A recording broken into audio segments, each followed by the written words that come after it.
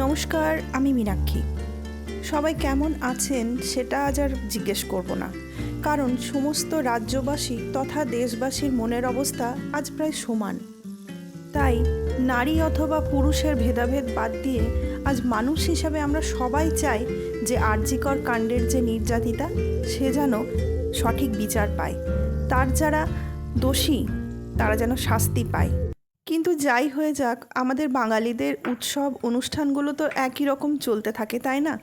সেই জন্য জন্মাষ্টমী উপলক্ষে জন্মাষ্টমী স্পেশাল তালের বড়া আজকে করে দেখাবো।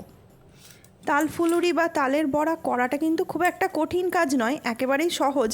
শুধুমাত্র তালটা ছাড়াতে বা তার যে মাড়িটা বের করতে ওইটাই যা একটু কষ্ট। চলুন তাহলে ঝটপট দেখে নিই। পাকা দেখে একটা তাল আমি নিয়ে নিয়েছি, আর ওপরের এই যে খোলসটা সেটা একটু চাপ দিয়ে যদি টান দেন তাহলেই দেখবেন বেরিয়ে চলে আসছে। একটু চাপ দিলেই বেরিয়ে চলে আসবে। এই যে, আর আগে আমি দেখলেন সুজি ভিজিয়ে রেখেছি, এক বাটি সুজি নর্মাল যেটা বাড়ির জল সেটাতে ভিজিয়ে রেখেছি। যতক্ষণ আমি এই তালটাকে মারবো ভালো করে, এই রসটা বের করব, ততক্ষণে ওটা ভালো করে ভিজে যাবে। সুজির বদলে চালের গুঁড়িও ব্যবহার করা যায়, কিন্তু আমি ছোটোবেলা থেকে দেখে এসেছি আমার বাপের বাড়িতে জন্মাষ্টমীতে গোপালকে যে ভোগ দেওয়া হতো সেটাতে আমাদের অন্নভোগ কখনোই দেওয়া হতো না, তার জন্য চালের গুঁড়ি কখনোই ব্যবহার করা হতো না, সুজির ব্যবহারই করা হতো।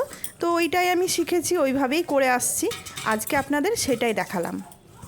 সুজি অথবা চালের গুঁড়ি যেটাই ব্যবহার করা হবে সেগুলো ব্যবহার করা হয় ফুলুরিগুলো যেন একটু মুচমুচে হয়, তো যে কোনো একটা আপনারা ব্যবহার করতে পারেন। আমার এখানে 3টে এরকম আটি বেরিয়েছে। এরপর তালটাকে ঘষে ভালো করে এর থেকে মাড়িটা বের করে নেব। এই ধরনের একটা ছিদ্র সমেত যে গামলাগুলো হয় সেগুলোও ব্যবহার করতে পারেন, এগুলো তো ভালোই হবে। এই যে এরকমভাবে বেরোবে, কিন্তু আমি এই ধরনের একটা গ্রেটার ব্যবহার করছি। এই ধরনের গ্রেটার মোটামুটি সবার বাড়িতেই থাকে, এটাতে কিন্তু আমার বেশ সুবিধা হয়, আমি প্রত্যেক বছর এটাতেই করি। তাছাড়াও বেতের যে ঝুড়ি হয়, আগেকার দিনে সেই বেতের ঝুড়িতেই করা হতো, সেটাতেও হবে, কিন্তু এখন বেতের ঝুড়ি তো সবার হাতের কাছে থাকে না, আর এই গ্রেটার ধরনের জিনিসগুলো মোটামুটি সব বাড়িতেই থাকে। এইভাবে ঘষে আমি সমস্ত মাড়িটা বের করে নিয়েছি 3টে আটির থেকেই। এরপরে ছাঁকবো। এই যে এটা আমার বেরিয়েছে, আমি একটা পরিষ্কার একটা কাপড় নিয়ে নিয়েছি, হালকা একটু জালিদার কাপড় নিলে সুবিধা হবে ছাঁকতে। তো আমি সমস্ত পাল্পটা নিয়ে নিয়েছি এর মধ্যে, এরপর চিপে চিপে রসটা বের করে নেব।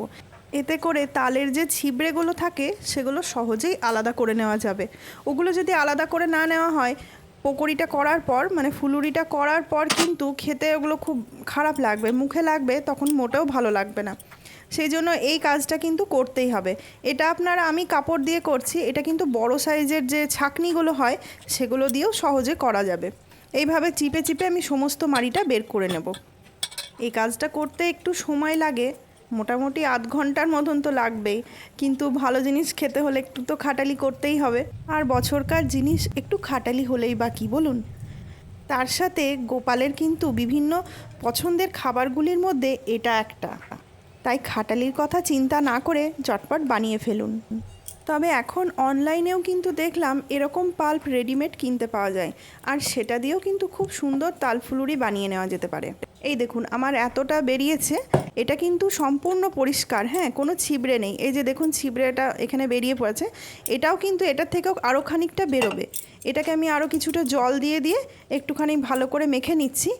দাঁড়ান, এই যে একটু একটু খুব সামান্য জল দিতে হবে, বেশি জল পড়ে গেলে কিন্তু তালের যে স্বাদ যেটা সেটা আর পাওয়া যাবে না, জলটা কমই পড়বে।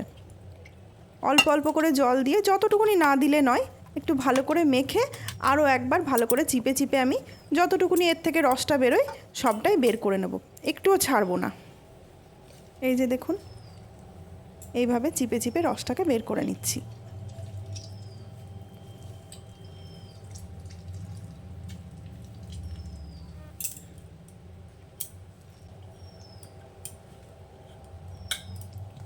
দাঁড়ান, সবটা বেরিয়ে গেছে, এরপর আপনাদের দেখাই।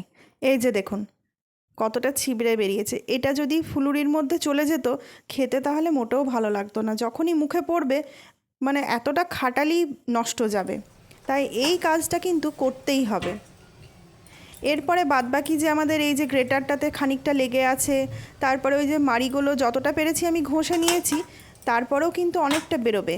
এরপরে একটু করে জল দেব, জল দিয়ে হাতে করে ভালো করে মাখবো। এইভাবে মেখে নেওয়ার পরেও কিন্তু বেশ খানিকটা তালের যে পাল্প সেটা বেরোবে। অল্প অল্প করে জল ছিটিয়ে ছিটিয়ে ভালো করে মেখে নেব। এইভাবে মাখতে মাখতে কিন্তু খুব একটা বেশি ছিবড়ে আর বেরোবে না, যেটাই বেরোবে একটু বড় বড় সাইজের বেরোবে, সেটা আপনারা হাত দিয়ে বের করে নিতে পারবেন। কিন্তু যদি দেখেন যে বেরোচ্ছে অনেকটা ছিবড়ে চলে গেছে, এই যে দেখুন, তখন কিন্তু আবার ওই রকমভাবে কাপড় দিয়ে অথবা ছাঁকনি দিয়ে ভালো করে ছেঁকে নিতে হবে। এটা কিন্তু এই যতটা পাল্প দেখলেন এটা আমি ওই মেখে বের করেছি, এটাতে একটু জলের পরিমাণটা বেশি আছে, আর এইটাতে কিন্তু মানে জল নেই বললেই চলে। এই যে এইটাতে এটা একদম পিওর। এরপর ওই যে আমি সুজিটা ভিজিয়ে রেখেছিলাম জল দিয়ে, সেটা দিয়ে দিলাম পুরোটা। চিনিটা গুঁড়ো করে দিচ্ছি। চিনিটা গোটা দিয়ে দিলে কিন্তু অনেকটা সময় লাগে ভালো করে গুলতে, সেজন্য আমি একটু গুঁড়ো করে দিয়েছি। নুন দিলাম আর আটা দিচ্ছি। আচ্ছা, এখানে কিন্তু অনেকেই ময়দা ব্যবহার করেন বা করতেও পারেন, কোনো অসুবিধা নেই, কিন্তু ময়দা ব্যবহার করলে কিন্তু ততটা নরম হবে না। আটা ব্যবহার করলে কিন্তু ফুলুরিটা ভীষণ নরম হয়। আর এমনিও করতে পারেন যে আটা আর ময়দা অর্ধেক অর্ধেক ব্যবহার করলেন, সেটাও করতে পারেন। আর ব্যবহার করলাম আমি 1 বাটি নারকেল কোড়া। নারকেল কোড়াটা দিতেও পারেন, নাও দিতে পারেন, তবে দিলে কিন্তু দারুণ একটা স্বাদ হয়। এটা দিয়েই করে দেখবেন, খুব ভালো লাগবে। আর আমি যে দিলাম আটা, আমি আসলে ছোটোবেলা থেকে যেরকম বললাম না শিখে এসেছি, সেটাই করি। আর আমি দেখতাম আমার বাপের বাড়িতে কিন্তু এরকম আটা দিয়েই করা হতো, কখনো ময়দা দিয়ে দেখিনি। আর ময়দা দিয়ে একবার আমি চেষ্টা করে দেখেছিলাম, এই ইউটিউবে অনেক ভিডিও দেখেছি যে ময়দা দিয়ে করছে, তখন করলাম, কিন্তু খুব চিমড় হয়েছিল, খুব একটা ভালো হয়নি। এইভাবে আমি একবার ফেলে দেখলাম যে ঠিকঠাক পড়ছে কিনা, তো দেখছি একটু নরম হয়েছে, তার জন্য সামান্য একটু আটা দেব, খুব সামান্য, গোটা বাটিটা দিলাম না, খুব সামান্য একটু, মানে চামচে করে যদি করি, আন্দাজ করি, তাহলে 4 চামচের মতন হবে, সেরকম একটু আটা দিয়ে দিলাম। এরপরে কড়াইয়ে আমি সাদা তেল গরম হতে দিচ্ছি। একটু বেশি পরিমাণেই তেলটা দিয়ে দিচ্ছি, তাহলে অনেকগুলো করে ভাজতে পারবো একসাথে।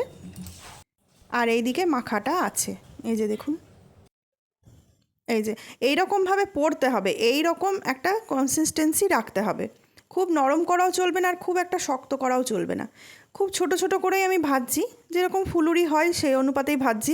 বেশি বড় বড় করলে ভাজতেও সময় লাগবে আর ভেতরটা কাঁচা থেকে যেতে পারে, তার জন্য এই সাইজটাই করা হয়। এরকমই দেখেছি, আমিও এরকমই করি। আর দেওয়ার পরে একটু সময় লাগবে, তো ততক্ষণ পর্যন্ত কিন্তু এই তালের যে মাখাটা রইলো সেটাকে ঢাকা দিয়ে দিয়ে রাখছি। কারণ তাল আছে, তালে তো জানেনই ভীষণ মাছি হয় তালের গন্ধে। এই যে আমার একবার উঠে এসছে, এই যে দেখুন, খুব সুন্দর হয়েছে। আর এটা কিন্তু গরম গরম খাওয়ার নয়, ঠান্ডা হবে তারপরে যদি খান, দারুণ লাগবে খেতে। গরমের স্বাদ একরকম, ঠান্ডা হলে আরেক রকম। আর ভাজাটা কিন্তু একদম কালো করে ফেলবেন না, রং আসবে যখনই দেখবেন একটু গোল্ডেন কালার চলে এসছে, তখনই তুলে নেবেন, কারণ ঠান্ডা হওয়ার পর অটোমেটিক একটু রংটা আরও গাঢ় হয়ে যাবে। এই যে দেখুন, ভেতরটা কিন্তু এক ফোঁটাও কাঁচা নেই, সুন্দর ভেতরটা হয়েছে। এইভাবে অবশ্যই বাড়িতে বানান এবং এই জন্মাষ্টমীতে নিবেদন করুন গোপালকে, এরকমভাবে করে তালের বড়া করে নিবেদন করুন, তাল ফুলুরি বা তালের বড়া। আমার এই ভিডিওটা যদি ভালো লেগে থাকে অবশ্যই একটা লাইক করে দেবেন, আমার চ্যানেলটাকে সাবস্ক্রাইব করে দেবেন, একটা কমেন্ট কিন্তু অবশ্যই লিখবেন কীরকম হলো রান্নাটা, আপনাদের কেমন লাগলো ভিডিওটা। চলুন তাহলে আজকের মতন এখানেই শেষ করছি। নমস্কার।